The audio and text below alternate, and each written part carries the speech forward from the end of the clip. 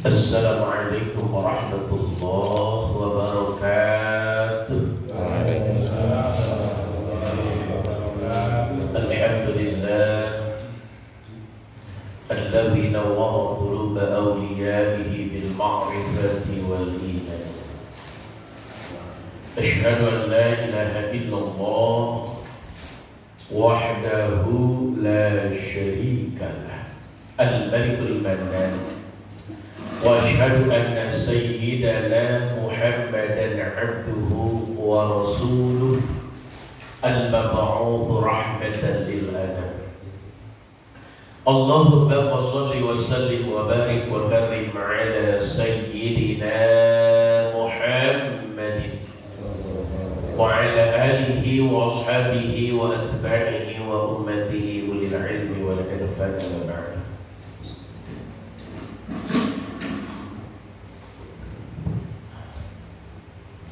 Yang saya hormati, saya muliakan segenap pengurus DKM Masjid Ar-Rahman. Yang saya hormati ayahanda bunda jamaah sholat subuh rahimahullah, bersyukur kita kepada Allah atas seluruh nikmat Allah yang mana Allah telah berikan nikmatnya pada kita semua, sehingga alhamdulillah dengan nikmat Allah lah Sabtu subuh ini kembali lagi kita bisa sama-sama hadir di Masjid Ar-Rahman. Mudah-mudahan duduknya kita, berjamaah subuhnya kita, zikir doa kita semuanya dikabul oleh Allah Subhanahu wa Ta'ala. Rahmat dari salam semoga Allah curahkan, semoga Allah limpahkan selalu kepada Nabi kita, Rasul kita, yaitu baginda Rasul Muhammad sallallahu alaihi wa alihi wasallam. Mengawali pengajian kita pada pagi hari ini kita bacakan suratul Fatihah, terkhusus buat orang-orang yang sedekah buat pembangunan Masjid Ar-Rahman. Apakah sedekah uang, apakah sedekah barang, apakah sedekah pikiran dan tenaga, mudah-mudahan apa yang disedekahkan di dunia dibalas dengan keberkahan, di akhirat dibalas dengan selamat dari api nerakanya Allah, dijamin masuk ke dalam rahmat dan surganya Allah Subhanahu wa Ta'ala. Kita doakan mudah-mudahan Masjid Ar-Rahman prosesnya cepat selesai, tidak terhambat oleh apapun, biayanya diberikan kelancaran oleh Allah Subhanahu wa Ta'ala. Ada hadhihi niyyah wa ala kulli niyatin sholli ala hadratin Nabi Mustafa Muhammadin sallallahu alaihi wasallam wa ala alihi washabihi wa azwajihi wa dhurriyyatihi wa ahli baitihi al-kiram syawlillahi lahumul Fatihah. A'udzu billahi minasy syaithanir rajim. Bismillahirrahmanirrahim. Alhamdulillahi rabbil alamin. Ar-Rahmanir Rahim. Maliki yaumiddin. Iyyaka na'budu wa iyyaka nasta'in. Ihdinas siratal mustaqim. Siratal ladzina an'amta 'alaihim ghairil maghdubi 'alaihim waladdallin. Amin. Baik, kita lanjutkan kajian kita Mukhtarul Hadits. Asyaddun nas bala'an, manusia yang paling keras, paling luar biasa cobaannya, ujiannya itu al-anbiya, para nabi-nabi Allah. Jadi kalau bapak punya penyakit, bapak punya kesulitan, diuji sama Allah, maaf, tidak akan melebihi ujian yang diujikan kepada para nabi Allah. Contoh Nabi Ayub alaihissalam. Bayangin Nabi Ayub alaihissalam dikasih penyakit sama Allah, seperti apa dia? Gak ada penyakit yang seberat Nabi Ayub alaihissalam. Yang kedua, Nabi Yunus. Tidak ada sejarahnya manusia ditelan ikan dimuntahkan kembali. Diuji lagi dengan istrinya, diuji dengan umatnya. Begitu luar biasa. Begitu juga dengan Nabi Muhammad SAW. Nabi Muhammad ini sampai digosipkan istrinya selingkuh. Itu kan luar biasa sebenarnya.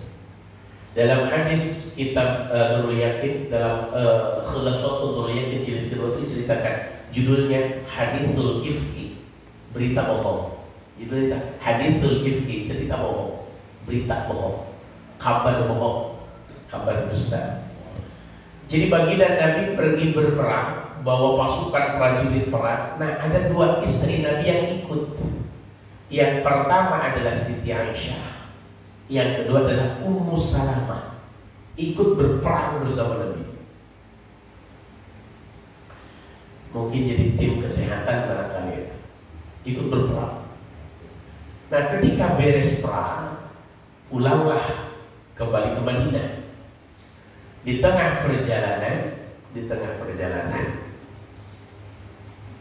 Siti Aisyah pengen buang air. Kalau di situ qadha hajatah, kalau bahasa Arabnya. Pengen buang air. Akhirnya Siti Aisyah menjauhlah dari prajurit perang. Prajurit perang nunggu, Siti Aisyah menjauh. Cari tempat di mana bisa buang air. Beres buang air, balik lagi ke tempat itu. Pas nyampe ketemu prajurit di tempat itu, pasukan perang di tempat itu, Siti Aisyah kaget, kalungnya hilang. Akhirnya Siti Aisyah izin lagi, balik lagi ke tempat yang tadi nyari kalung. Ketemulah kalung itu. Nah, balik lagi lah ke tempat prajurit. Ternyata prajurit sudah bergerak pulang, sudah nggak ada di tempat tadi dulu. Ya, sudah nggak ada. Dalam sejarah istri Nabi yang paling muda kan Siti Aisyah. Ketika lihat prajurit sudah nggak ada, dia sendirian, bingung. Akhirnya Siti Aisyah ngantuk, ketiduran di pinggir jalan. Ya mungkin jalan setapak sih, mungkin juga jalan lebar atau gurun pasir. Kalau zaman dulu kan gurun pasir, ya. Nggak ada pohon sana, nggak ada pohon sini kan gitu. Kalau sekarang kan bisa, kalau gua kayak ya tinggal ngumpet di balik pohon. Kalau zaman dulu kan nggak ada pohon masalahnya. Mau kemana? Paling nyari bukit di balik bukit. Sampai hari ini Pak, kita ke Mekah mana ada pohon kan? Kalian ngumpet aja gitu, barangkali begitu. Akhirnya Siti Aisyah ketiduran di pinggir jalan yang tadi prajurit ada di situ. Nah, ketika dia ketiduran, lewatlah seorang prajurit pasukan Nabi yang memang ketinggalan. Jadi prajurit ini tadi bareng dengan pasukan, tapi dia ada pedangnya atau senjatanya ketinggalan di medan perang. Jadi dia balik lagi pakai unta ngambil barang itu. Nah, prajurit sudah ke sono, dia datang sendirian habis ngambil senjatanya, ngelihat Siti Aisyah lagi ngegeletak di pinggir jalan di pasir. Lalu dia lihat, ya Allah, ini kan istri Rasul. Dia tidak berani bicara sepatah kata apapun si prajurit ini. Dia turunkan untanya, dia tundukkan, dipendekkan untanya, suruh depak, kalau bahasa orang kita tuh depak. Akhirnya dinaikkanlah Siti Aisyah tanpa dibangunkan, dinaikkanlah ke pundak karena tidak berani. Kalau ditinggal nggak mungkin, ditungguin timbul fitnah, naikin ke punggung unta. Dituntunlah unta itu oleh si prajurit itu, dituntun sampailah ketemu prajurit yang lain, pasukan yang lain. Disitulah mulai fitnah itu datang, gitu ya. Disitulah mulai fitnah itu datang. Ada 3 orang yang memfitnah keras bahwa Siti Aisyah berselingkuh dengan prajurit ini. Nah ini mulai namanya hadithul ifk. Kedengaranlah oleh Ubay bin Khalaf. Dalam sejarah Islam kita semua hafal siapa Ubay bin Khalaf, seorang munafik yang begitu jahat kepada baginda Nabi. Disebarkan isu bahwa istri Nabi melakukan maksiat dengan orang lain. Baginda Nabi digosok terus sama 3 orang pasukan tadi, ditambah oleh Ubay bin Khalaf. 50% akhirnya percaya, 50% ragu, nggak mungkin. Tapi namanya orang gosok, akhirnya ada keyakinan sedikit di hati Nabi, bisa jadi iya, tapi nggak mungkin, bisa jadi enggak. Turunlah ayat Al-Quran dari Allah mengingatkan tidak mungkin istri Rasul melakukan hal-hal yang begitu.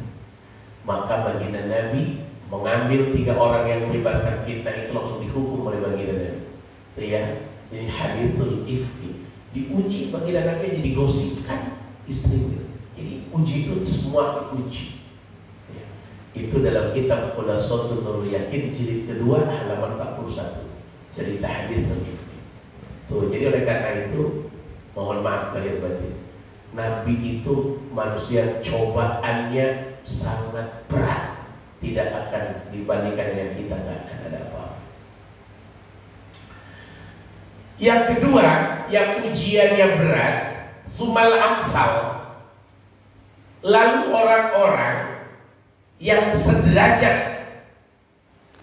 Apa itu amsal? Fal amsal yubtala rajul ala hasabi dini. Yang namanya amsal itu, manusia itu akan diuji dengan takaran agamanya. Kalau kualitas agamanya, kalau agamanya makin tinggi, maka ujiannya pun makin berat. Kalau pemahaman dan pengamalan agamanya makin kuat, ujiannya makin berat. Fa in kana fi dinihi sulban ishtada balaguh, kata Nabi, kalau dia dalam agamanya kuat, mengamalkan ajarannya kuat, maka ujiannya makin kuat. Jadi kalau kiai, terkadang ada seorang kiai anaknya nakalnya luar biasa. Itu sering terjadi, Pak. Anak kiai nakal. Saya itu pernah dengar berita, Pak, itu sempat heboh. Seorang ulama sufi, ulama sepuh sufi ahli tasawuf, dia pesantrennya besar sekali itu ya, hancur gara-gara katanya anaknya memperkosa santri-santri. Itu sempat heboh. Bayangkan, Pak, Kapolres aja mau ngadep ke kiai ini nggak berani, saking wibawa kiai ini luar biasa. Untuk menangkap anak itu sampai ragu gitu, saking gue. Tapi diuji sama Allah. Anaknya katanya, tak bener apa tidak Bapak Anda? Itu pesantrennya gede luar biasa, hancur gara-gara isu. Nah ini di Jawa itu kejadian udah hampir 1 tahun, 2 tahun yang lalu kejadian. Itu kan diuji sama Allah. Iya, begitu dahsyat, begitu luar biasa. Ini kalau kita ujiannya ringan, ini jawabannya. Kok saya pada ujian enteng bener? Kata Nabi, wa in kana fi dinihi riqa, kalau dia dalam agamanya masih lemah, ubtuliya ala qadri dini, dia diuji dengan takaran agamanya. Jadi kalau kita ujiannya kecil-kecil aja, berarti memang kualitas ibadah kita juga masih kecil sebenarnya. Kualitas keimanan kita juga masih kecil. Makanya ujian lebih kecil-kecil, gitu ya. Fama yabrahul bala. Nah, kapan berhentinya ujian itu? Ujian tidak akan berhenti kepada seorang hamba. Cobaan tidak akan pernah berhenti kepada seorang hamba hatta yatrukuhu yamshi'alan, sampai dia meninggalkan berjalan di muka bumi alias meninggal dunia, wa ma'alaihi khati'ah, sampai dia nggak punya dosa lagi. Jadi ujian-ujian itu menghapuskan dosa-dosa kita, Pak. Jadi ujian yang Allah ujikan kepada kita itu menghapus dosa-dosa yang kita punya. Makanya terkadang gini, Pak, ada orang dulunya makannya sembarangan, uang haram dimakan segala macam, dikasih penyakit sama Allah, kasih penyakit berat. Itu bagus sebenarnya.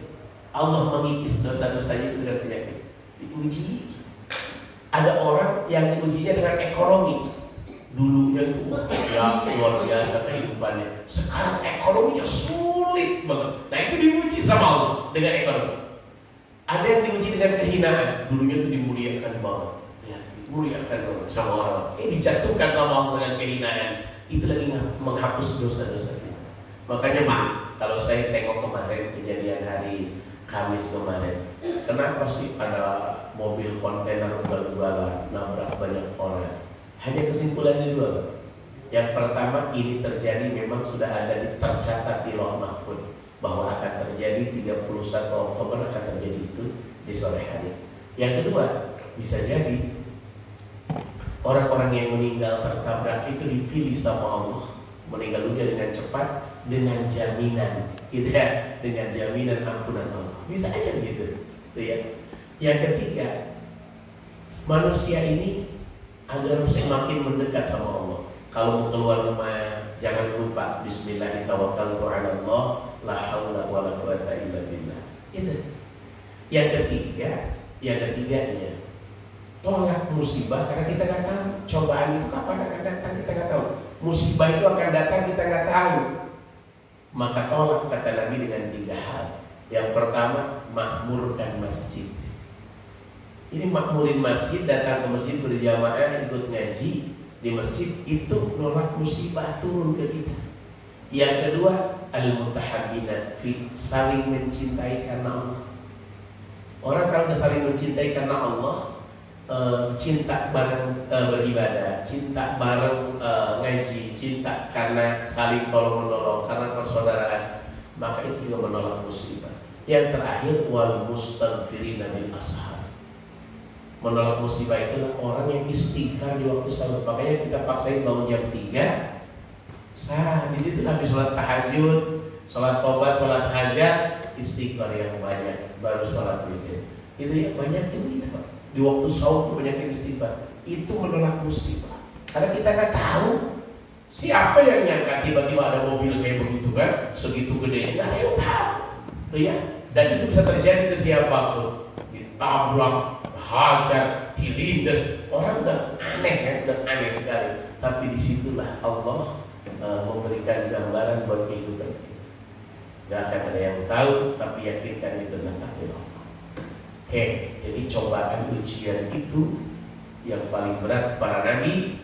Andai pun diantara kita diukur dengan takaran agama kita, pengamalan agama kita, semakin tinggi takaran, semakin tinggi kualitas ibadah, semakin tinggi cobaan. Bisa dicoba oleh istri, bisa dicoba sama anak, ya, bisa dicoba sama tetangga, bisa dicoba dengan ekonomi, bisa dicoba dengan apapun, penyakit umpamanya. Yang kedua, kalau kita takarannya rendah, maka rendah juga ujian dan cobaan dari Allah. Kenapa diuji? Tidak akan pernah berhenti hidup ini, akan diuji sama Allah sampai kita meninggalkan dunia ini tanpa ada dosa. Jadi kalau diuji, balikan kepada Allah. Idza asabatuhum musibah qalu inna lillahi wa inna ilaihi raji'un. Kalau ditimpa musibah, balikin sama Allah dengan kalimat inna lillahi wa inna ilaihi raji'un.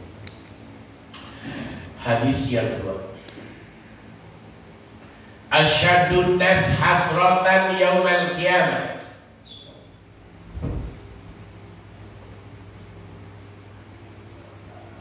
Manusia yang paling menyesal pada hari kiamat. Di hari kiamat itu akan ada manusia paling menyesal. Siapa itu? Ada dua golongan. Manusia yang akan menyesal banget di akhirat. Pak, kalau kita menyesal di dunia mah gampang, Pak. Saya nyesel di tanah itu, ya tinggal jual lagi. Ya, saya nyesel sama nikah sama dia, ya tinggal kawin lagi.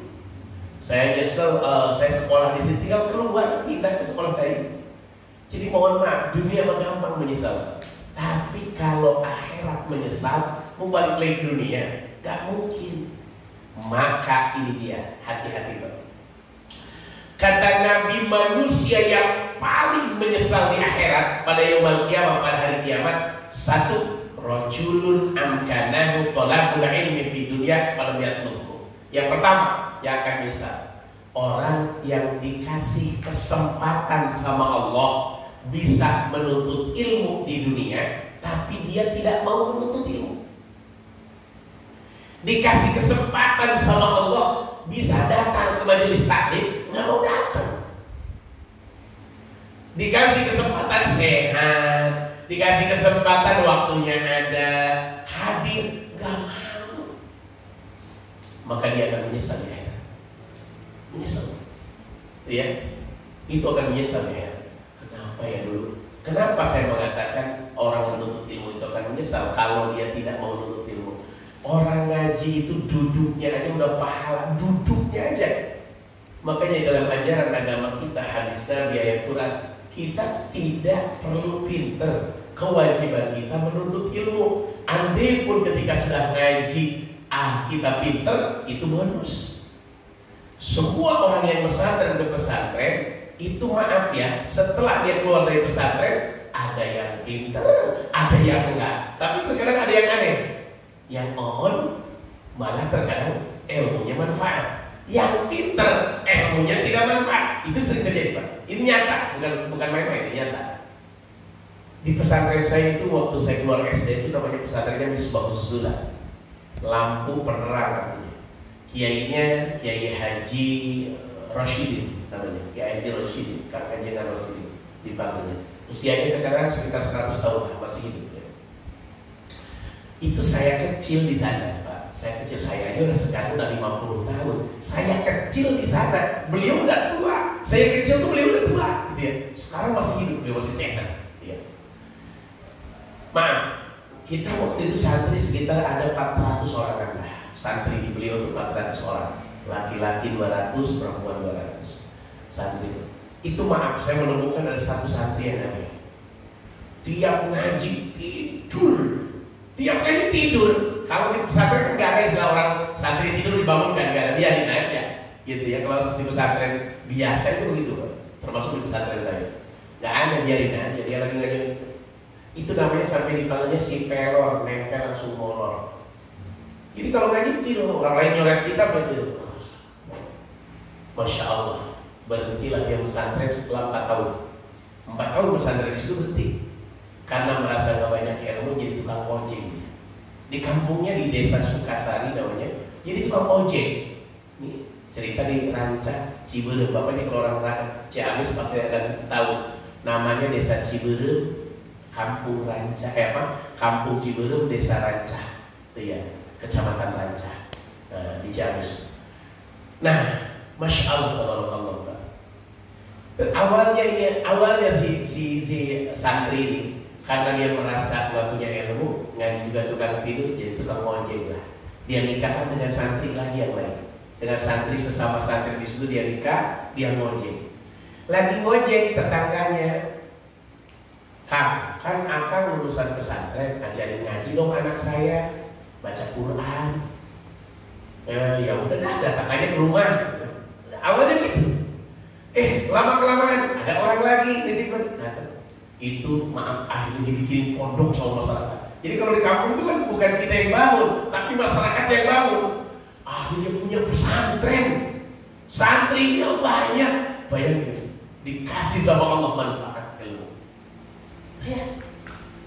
Ada satu lagi lurah santri, itu betul-betul lurah santri, saking cerdasnya. Saya lupa namanya karena sudah saking lamanya. Saya datang ke situ, beliau udah 10 tahun pesantren di situ. Saya masuk situ, beliau udah 10 tahun. Itu cerdasnya, kecerdasan beliau di atas rata-rata orang. Jadi kalau menghafal ayat Quran, baca 4 kali langsung hafal. Baca 4 kali langsung hafal. Saking cerdasnya beliau, paling cerdas. Ternyata ngedengar kabar, pas beliau berhenti pesantren, kita yang ngantar ke kampungnya, dinikahkan sama kiai dengan santri. Itu udah dibangunkan pesantren di kampungnya, di Subang. Cari kampung Subang daerah sana. Kita nganter ke sana, santri ikut nganter, beliau mukim, nempat tinggal di situ. Ternyata gak lama Allah takdirkan beliau, ilmunya tidak manfaat di kampung. Akhirnya jadi merebut masjid di Sinta, apa di sini Pak? Bayangin, dari daerah sana jadi merebut masjid di Sinta sini. Terus kerjanya apa sekarang? Jagain toko elektronik. Jadi punya orang ada toko elektronik, beliau jaga. Itu Masya Allah sampai kaget, bayangin ilmunya sekunder jauh. Nah itulah isu dengan manfaat tidak manfaat. Makanya maaf, bukan beliau tidak manfaat, mungkin tidak manfaat di sana, di sini mungkin manfaat mungkin. Jadi buat masjid di Sinta sini Pak. Bayangin itu ilmu yang segitu banyak. Itu ya mungkin usianya sekitar 60 tahun sekarang. Nah ini sebuah gambaran kehidupan bahwa manusia itu, mohon maaf, ngaji itu nggak perlu pinter, yang penting hadir, mendengarkan, duduk, itu sudah berpaham. Jadi ada 2 sampel kehidupan manusia. Jadi maaf, satu, tuntut ilmu. Makanya menuntut ilmu itu kewajiban selama hayat masih di kandung badan.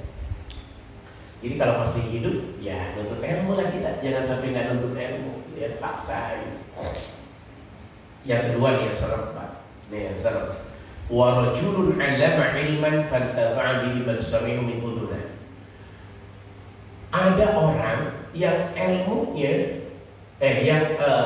akan menyesal pada hari kiamat. Siapa gerakan? Orang yang menyampaikan ilmu kepada orang lain, orang yang mendengarnya memanfaatkan ilmu itu, tapi dirinya enggak. Nyuruh duha, orang lain pada duha dengan nasihatnya, dia enggak. Nyuruh tahajud, yang kedengarnya tahajud, jamaahnya tahajud, dia enggak. Nyuruh sedekah, nah banyak para jamaah pada sedekah, dia enggak. Nah ini mohon maaf lahir batin. Makanya jadi guru ngaji itu jadi sampel dulu, dirinya dulu baru orang lain. Lakukan dulu baru diri orang lain. Makanya maaf, saya ceramah kemanapun, saya insya Allah bahas apapun kecuali satu Pak, bahas poligami saya nggak pernah. Karena saya belum bisa memberikan contoh, ya, belum bisa. Makanya satu hal yang saya pernah sampaikan dimanapun tentang poligami, nggak berani saya menyampaikan. Kecuali yang lainnya, silahkan aja Pak, saya belum bisa, gitu ya. Kalau duha insya Allah, tahajud insya Allah bisa kita sampaikan, sedekah insya Allah bisa kita sampaikan, puasa sunnah insya Allah. Tapi kalau poligami berat menyampaikan. Apalagi ketika di depan ibu-ibu udah merengut duluan tuh poligami berat, gitu ya. Udah langsung merengut. Padahal maaf ya, manusia, saya itu maaf demi Allah, demi Rasulullah, manusia yang paling saya banggakan adalah laki-laki yang bisa poligami. Pertama, saya tidak mampu melakukannya. Yang kedua, terlalu banyak perempuan yang wajib ditolong untuk dinikahi. Tapi, mohon maaf, kita mah harus ukur diri lah. Ukur diri. Asyadu ummati asyadun nas. Manusia yang paling keras azaban siksaannya indallah, di sisi Allah, yaumal kiamah, pada hari kiamat, alladzina yudhahuna bi khalqillah, yaitu orang-orang yang menyaingi ciptaan Allah. Punten Pak, manusia yang paling berat siksaannya di akhirat adalah orang yang suka bikin patung, orang yang suka bikin lukisan. Itu paling berat siksaannya di akhirat. Ini hadisnya. Berarti gak boleh dong bikin patung, gak boleh. Gambar kucing, gambar orang, patung harimau, patung manusia, gak boleh. Yang kedua melukis gambar binatang, itu tidak boleh. Kenapa? Ada lanjutan hadis nanti di hadis yang lain. Nanti di akhirat para pelukis itu akan dipanggil untuk memberikan nyawa kepada binatang atau hewan yang dia lukis ketika di dunia. Sedangkan mereka tidak mampu untuk berikan nyawa. Makanya disiksa oleh. Jadi Pak yang hobi melukis, di zaman ini ada pelukis yang ada. Ada seorang pelukis mengeluh kepada Nabi, yang saya seorang pelukis, gimana? Jangan kau melukis binatang. Terus bagaimana? Itu kan pekerjaan saya. Lukislah sesuatu yang tidak bernyawa. Ya, jadi gambar gunung boleh. Gambar dan lukisan itu boro-boro gini Pak, ditaruh di rumah aja malaikat rahmat gak mau masuk. Makanya kan ada 4 yang tidak boleh ditaruh di rumah kita. 1, lonceng, gak boleh. Yang kedua, anjing, gak boleh. Yang ketiga, lukisan, gak boleh. Yang keempat, patung, gak boleh. Nah ini 4 ini akan membuat malaikat rahmat, malaikat yang ngasih rizki, malaikat yang penuh dengan kasih sayang gak mau datang masuk rumah kita. Iya, jangan Pak, jangan. Foto pun jangan dipajang loh. Foto pun jangan dipajang. Malaikat rahmat itu gak mau masuk Pak, gak mau masuk. Ribet. Jangan. Tuh begitu. Jadi di mana dong, kan saya pengen dipoto, taruh di album. Taruh di album aja, nanti kalau kangen lihat, ya kangen lihat, gitu ya. Foto pernikahan taruh di album, foto perceraian taruh di album. Kalau kangen lihat, gitu. Begitu Pak, taruh lihat. Mohon maaf. Apa yang kita butuhkan dari rumah kita? Bahagia. Apa yang dibutuhkan di rumah kita? Kesenangan. Apa yang dibutuhkan di rumah kita? Tidak ada pertengkaran. Itu akan bisa terjadi kalau tidak ada lukisan di rumah kita. Kalau ada lukisan itu, malaikat gak mau masuk, karena malaikat kasih sayangnya gak mau masuk. Jadi oleh karena itu hati-hatilah Pak. Kalau kita punya patung, walaupun senang gitu ya, dengan patung burung Pak, jangan. patung anak kecil lagi kencing di depan itu kan suka ada yang begitu zaman dulu ya. Nggak boleh Pak, nggak boleh. Yang kedua ada yang seneng lonceng, lecik, jangan lah lonceng. Ganti pakai yang lain selain lonceng, gitu ya. Yang ketiga lukisan, ya, jangan. Itu berat, pada hari kiamat akan berat. Apalagi pelukis ya. Zaman Nabi itu sampai begini, zaman Nabi cerita hadis dalam hadis.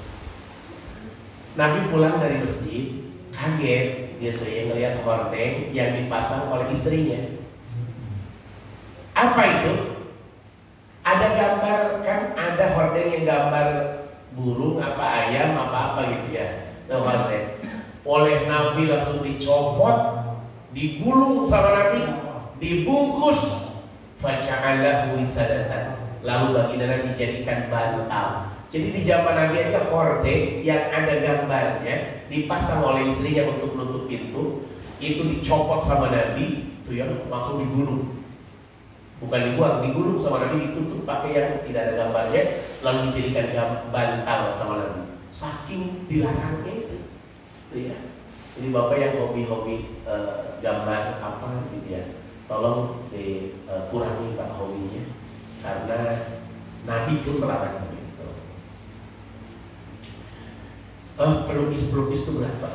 Sekali lagi pelukis berat, jadi jangan sampai dibiasakan kita hobi melukis. Pak Ustadz, saya melukis gambar binatang, ya udah hapus lagi, jangan gitu ya, hapus lagi. Terus pajangan apa dong yang boleh, lukisan apa di ruang tamu ya? Bisa lukisan kuburan, gambar kuburan di ruang tamu, biar ingat mati kan gitu ya, biar ingat mati terus gitu ya. Ya, gambar gunung boleh, gambar sawah boleh, silakan, masih banyak gambar-gambar yang lain. Malah pernah ada yang kasus begini Pak, kaligrafi saja Pak, kaligrafi itu bagus sebenarnya, tapi jin terkadang nempel. Sempat itu ada kasus begini Pak, ada ibu-ibu udah bertahun-tahun gak punya anak, gak hamil-hamil, di rupiah lah Pak, ternyata ada jin yang nempel di lafaz Allah sama Muhammad yang ditempel di rumah dia. Jadi ada lafaz Allah kecil dari kulit gitu sama Muhammad kulit ditempel di itu di rumah dia. Ternyata jinnya ngumpet di situ yang suka ngehalangin kandungan itu. Pas di rupiah ngaku jinnya, saya tinggal di situ. Masya Allah, akhirnya dibakar. Itu kaligrafi loh. Saya itu pernah meruqyah orang yang rumahnya panas banget. Bos pempek di Balaraja, bos pempek. Rumahnya itu di kampung banget, di kampung, pinggir kali, banyak pohon. Tapi kalau masuk rumah dia muncul keringat. Dan yang punya rumah pun sama. Makanya undang saya, Pak Ustadz gak kuat, ini rumah panas banget. Ada apa tuh? Pas saya datang kaligrafi, tapi mah bentuknya wafak ya. Wafak dari kiai mana, dari ustadz mana, ditempel di atas pintu biar maling nggak masuk, itu kan begitu. Tulisannya Arab semua. Terus gambar wali segala macam gitu. Nah, saya bilang, maaf nih baru prediksi saya ini penyebabnya. Prediksi saya. Nanti kita bakar ya. Harus dijelasin, kita bakar. Saya bilang. Kalau nggak percaya kita akan buktikan malam ini juga. Akhirnya saya rupiah dulu, keluarga saya rupiah dulu.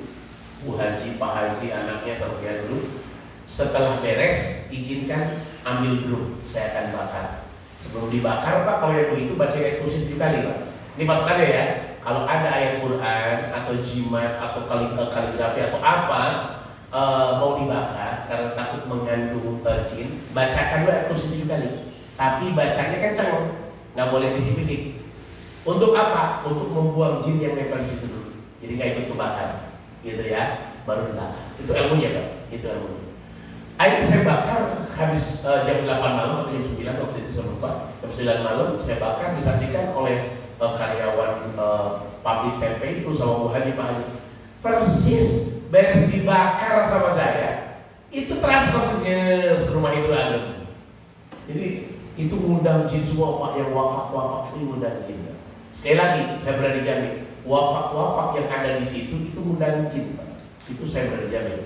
Jadi jangan pernah tulisan ini dari kiai mana, ustadz mana, jangan. Ustadz yang baik tidak akan nyuruh nempel-nempel begitu, tidak akan. Kenapa? Karena itu bukan termasuk pekerjaan yang baik, gitu ya.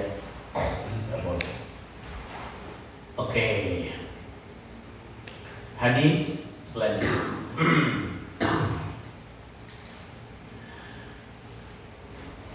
Aslihu dunyakum, perbaikilah urusan dunia kalian.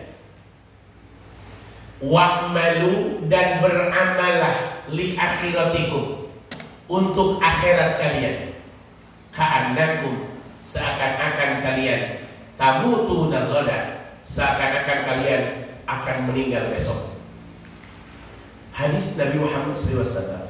Kata baginda Nabi, untuk urusan dunia silahkan bereskan. Jadi bapak kalau buka toko, buka usaha, buka bisnis, lanjut, jangan ragu.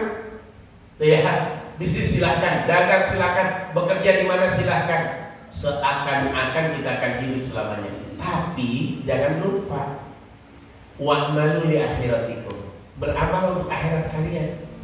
Ka'annakum tamutuna ghadan, seakan-akan kau akan mati besok. Contoh, kalau nggak sodako hari ini, jangan-jangan besok saya nggak sodako lagi, meninggal dunia. Sedekah. Kalau nggak tahajud malam ini, jangan-jangan besok meninggal dunia, nggak tahajud lagi dong. Tahajud aja deh. Itu maksudnya begitu. Bayangkan terus kita seakan-akan akan meninggal besok kalau untuk urusan akhirat. Boleh kali hari ini memaksiat, kan masih muda ini. Belum, jangan dong kalau gitu. Gimana? Bagaimana kalau saya meninggal dunia? Belum tobat, itu selalu akan harus ada di pikiran kita. Agama kita tidak melarang kita jadi orang kaya, Pak. Sekali lagi kalimatnya, agama kita tidak melarang kita jadi orang kaya. Nabi Muhammad SAW ini dikasih sama Allah mafatihul ard, seluruh kunci harta benda di dunia ini dipegang oleh Nabi, dikasih sama Allah. Jadi kalau Nabi mau kaya itu gampang banget. Maka mohon maaf, ada kampanye di Jakarta, hei janda-janda kaya, ditikahilah sama pemuda pengangguran seperti Siti Khadijah. Itu menghina betul baginda Nabi. Karena baginda Nabi ketika melamar Siti Khadijah, mau menikahi Siti Khadijah janda kaya, itu baginda Nabi kan, dia melamar Siti Khadijah dengan 24 nikol emas. Satu nikol itu kalau dirupiahkan 1 miliar, Pak. Jadi lamaran itu sekitar 24 miliar kalau dirupiahkan. Bayangkan Pak, kaya baginda Nabi itu ketika melamar. Jadi bukan orang miskin, baginda Nabi bukan orang miskin. Jadi jangan salah gitu ya, jangan salah paham gitu ya. Jadi oleh karena itu sempat agak heboh tuh kalimat itu. Mungkin beliau ngajinya kurang dalam gitu ya. Padahal Nabi itu gak miskin ketika menikahi Siti Khadijah. Makanya maaf, banyak sekali orang yang pengen menikah dengan Nabi di waktu itu, ya, karena Nabi itu seorang Rasul. Nabi ini maaf ya, mapan dalam segala hal, mapan dalam segala keilmuan dan lain sebagainya. Nah, jadi kalau bapak mau bisnis, kalau mau dagang, usaha, kok kata Nabi, asli duniaku, beres urusan dunia kalian, bereskan, silahkan rapikan, silahkan, ya. Tapi ingat, wa'malu li akhiratikum, beramal untuk akhirat. Karena banyak yang gini, Pak, dia bekerja, akhiratnya ditinggal. Ada orang di kantor di rapat, azan aja nggak mau berhenti, Pak. Gara-gara rapat, azan mau berhenti. Saya pernah menyaksikan di televisi, itu Jumatan, Pak, hari Jumat rapat paripurna. Saya bilang ke istri, mah tungguin, kan berita langsung live. Coba, itu sampai kapan itu rapatnya? Saya mau Jumatan dulu, saya pengen tahu ceritanya. Masya Allah, kata istri saya, udah mepet sholat Jumat masih rapat. Bayang itu apa nggak hancur, Pak? Hidup di dunia kayak gitu, Masya Allah. Dipikir-pikir, Masya Allah, kita ibadah nih istirahat dengan urusan dunia. Akhirat itu gak bikin pusing aslinya, Pak. Ibadah ini gak bikin pusing. Yang bikin pusing itu urusan dunia. Aslinya, harusnya yang bikin pusing itu urusan akhirat. Aslinya. Tapi sekarang kita enggak. Banyaknya manusia itu pusing dengan urusan dunia. hari ini nggak punya uang, hari ini bingung, usaha saya macet. Itu yang pusing. Gak pernah ada orang pusing. Ya Allah, nyesel banget saya malam gak bisa tahajud, nyesel banget tahajud. Nggak ada orang begitu. Itu ya. Ya kalau karena itu maaf saya titip hadis ini mengajarkan jangan biarkan urusan dunia mengalahkan urusan akhirat kita. Jangan biarkan. Kita punya harta Pak, ya jangan sumpah, jangan sampai kita nggak nitip, karena harta kita nggak bisa bawa ke akhirat tanpa dititip. Titipinlah ke masjid, titipin ke anak yatim, titipin ke orang miskin, biar dibawa sama mereka ke akhirat buat kita. Tuh ya. Kalau kita bawa sendiri nggak bisa, maksudnya susah bawanya. Nitip aja nitip, ya. Makanya ada bahasanya nitip sedekah. Nitip sedekah ke masjid, masukin kotak amal. Itu ada ibu-ibu hidup jadi kontrakan kecil, hidupnya susah. Setiap Jumat Pak Ustadz saya nitip uang.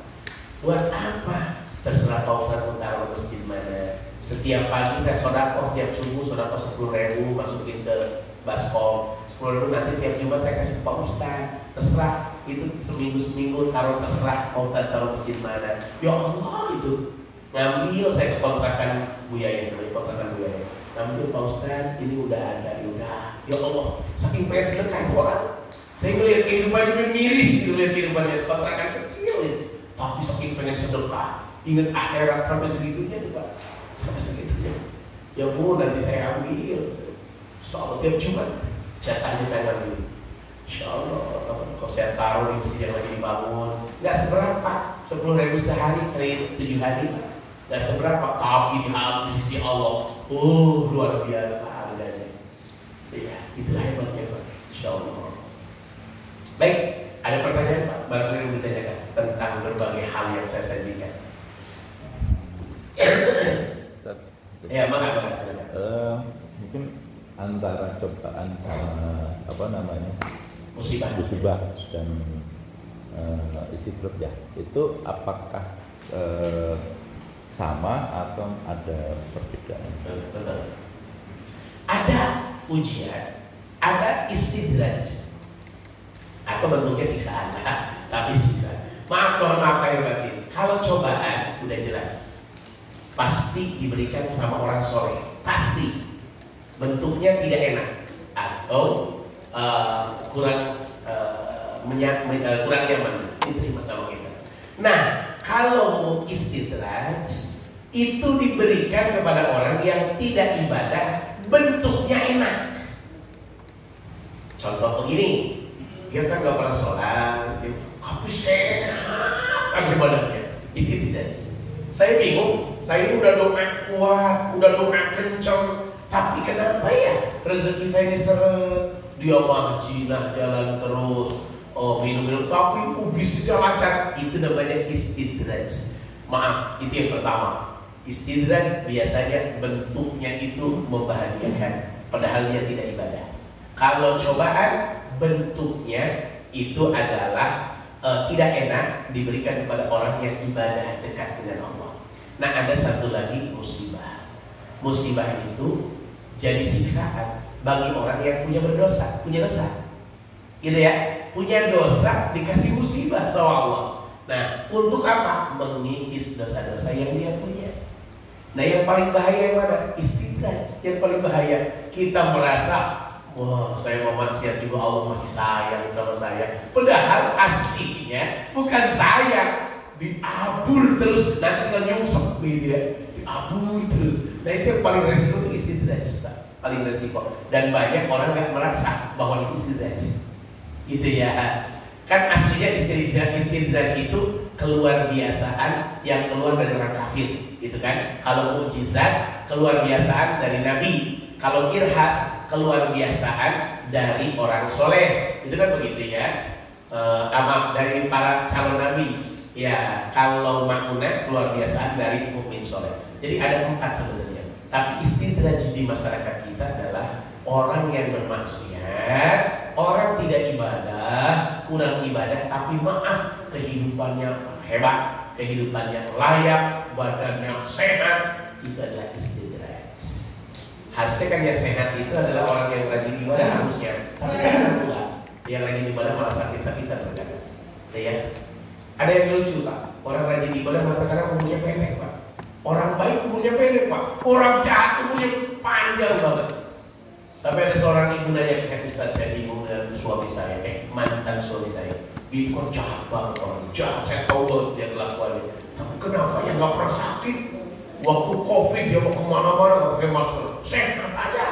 Saya yang di rumah sholat, pikir malah sakit. Malah saya bilang, ya disitulah bedanya istidraj dengan ujian dari Allah. Jadi mohon maaf, terkadang banyak orang yang ahli ibadah meninggal karena COVID, ada yang dipercepat, begitu kan? Ya, malah yang tidak ibadah malah mohon maaf sehat orangnya. Ada lagi yang diskusikan? Makasih. Baik kalau nggak ada. Jadi kesimpulannya dari kajian kita, yuk kita isi sisa umur kita yang maaf dikasih sama Allah nih, ya manfaatkan satu buat ibadah sama Allah. Yang kedua, jangan biarkan hidup kita tidak menuntut ilmu. Saya nih badan kita paksain. Aslinya ngedengerin ceramah tuh enak Pak aslinya. Tapi kalau kita lihat gedenya pahala dan lihat gedenya kewajiban yang Allah wajibkan kepada kita, insya Allah mau gitu ya. Nuntut ilmu tuh selama hayat menunjukkan ibadah. Bukan hanya hari ini, tapi terus besok. Apalagi sekarang Pak Rasir mulai banyak yang pensiun. Udah, mau ngapain lagi kecuali aktifkan diri beribadah kepada Allah. Dulu ada orang bilang, saya menantilah ngajinya pas sudah pensiun, nanti ke masjidnya pas sudah pensiun. Kalimat ini salah Pak. Ternyata banyak orang yang sudah pensiun nggak mau ke masjid Pak. Saya beberapa kali menemukan Pak. Tuh ya, banyak. Tuh ya.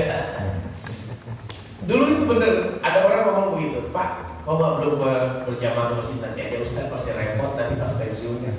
Ternyata setelah pensiun enggak juga. Kenapa? Satu jawabannya kata orang Arab, man sab'ala syai'in sab'alaih. Siapa yang membiasakan satu kebiasaan maka akan biasa. Siapa yang biasa dari mudanya berjamaah, biasa ngaji sampai tua pun insya Allah. Tapi kalau dari mudanya nggak dibiasakan, mulainya aja kaget Pak. Duh enak amat nanti diomongin orang. Itu kepikiran tuh. Siapa yang bisikin setan biar kita nggak berangkat. Ini saya menemukan banyak orang yang saya temukan begitu. Nanti Ustaz pas sudah pensiun udah di rumah aja ngerokok, ngopi. Saya juga sholat kok di rumah Ustaz. Bukan masalah itunya, bukan masalah sholatnya.